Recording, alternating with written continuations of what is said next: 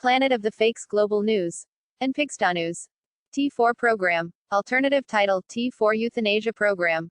T4 Program, also called T4 Euthanasia Program, Nazi German effort, framed as a euthanasia program, to kill incurably ill, physically or mentally disabled, emotionally distraught, and elderly people.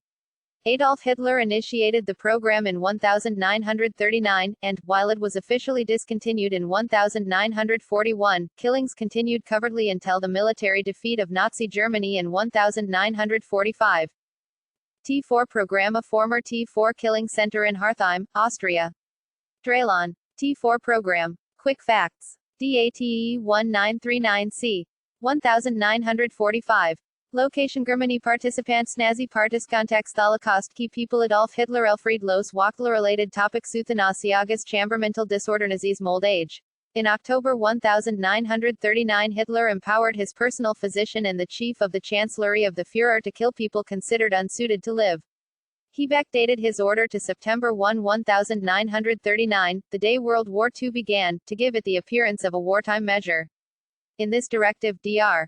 Karl Brandt and Chancellery Chief Philipp Buhler were charged with responsibility for expanding the authority of physicians, so that patients considered incurable, according to the best available human judgment of their state of health, can be granted a mercy killing. Advertisement. Within a few months, the T4 program, named for the Chancellery offices that directed it from the Berlin address Tiergartenstrasse 4, involved virtually the entire German psychiatric community. A new bureaucracy, headed by physicians, was established with a mandate to kill anyone deemed to have a life unworthy of living. Some physicians active in the study of eugenics, who saw Nazism as applied biology, enthusiastically endorsed this program. However, the criteria for inclusion in this program were not exclusively genetic, nor were they necessarily based on infirmity.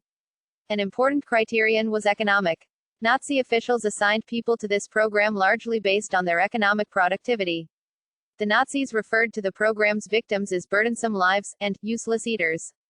The program's directors ordered a survey of all psychiatric institutions, hospitals, and homes for chronically ill patients.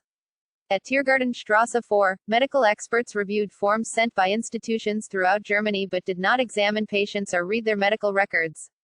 Nevertheless, they had the power to decide life or death. Get exclusive access to content from our 1768 first edition with your subscription. Subscribe today. While the program's personnel killed people at first by starvation and lethal injection, they later chose asphyxiation by poison gas as the preferred killing technique. Physicians oversaw gassings in chambers disguised as showers, using lethal gas provided by chemists. Program administrators established gas chambers at 6 killing centers in Germany and Austria: Hartheim, Sonnenstein, Grafeneck, Bernburg, Hadamar, and Brandenburg. The SS, Nazi paramilitary corps, staff in charge of the transports donned white coats to keep up the charade of a medical procedure. Program staff informed victims' families of the transfer to the killing centers. Visits, however, were not possible. The relatives then received condolence letters, falsified death certificates signed by physicians, and urns containing ashes. A few doctors protested. Some refused to fill out the requisite forms. The Roman Catholic Church, which had not taken a stand on the Jewish question, protested the mercy killings. Count Clemens August von Galen, the Bishop of Munster, openly challenged the regime, arguing that it was the duty of Christians to oppose the taking of human life even if this cost them their own lives. The transformation of physicians into killers took time and required the appearance of scientific justification.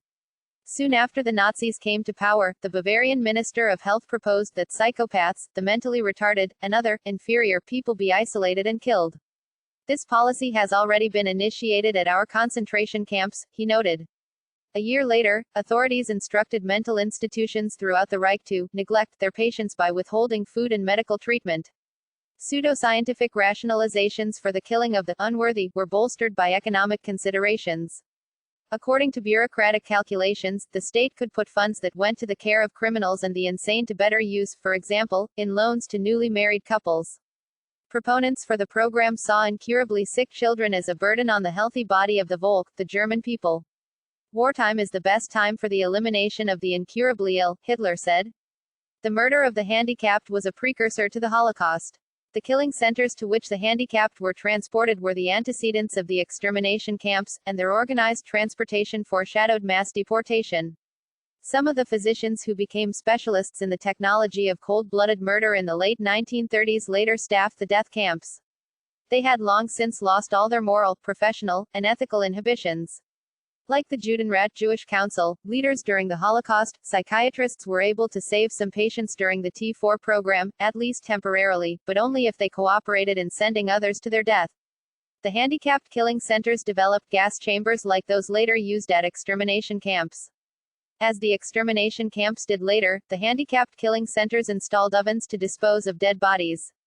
The death camps that followed took the technology to a new level. The extermination camps could kill thousands at one time and burn their bodies within hours. On August 24, 1941, almost 2 years after the T4 program was initiated, it appeared to cease. In fact, it had gone underground and continued covertly during the war years.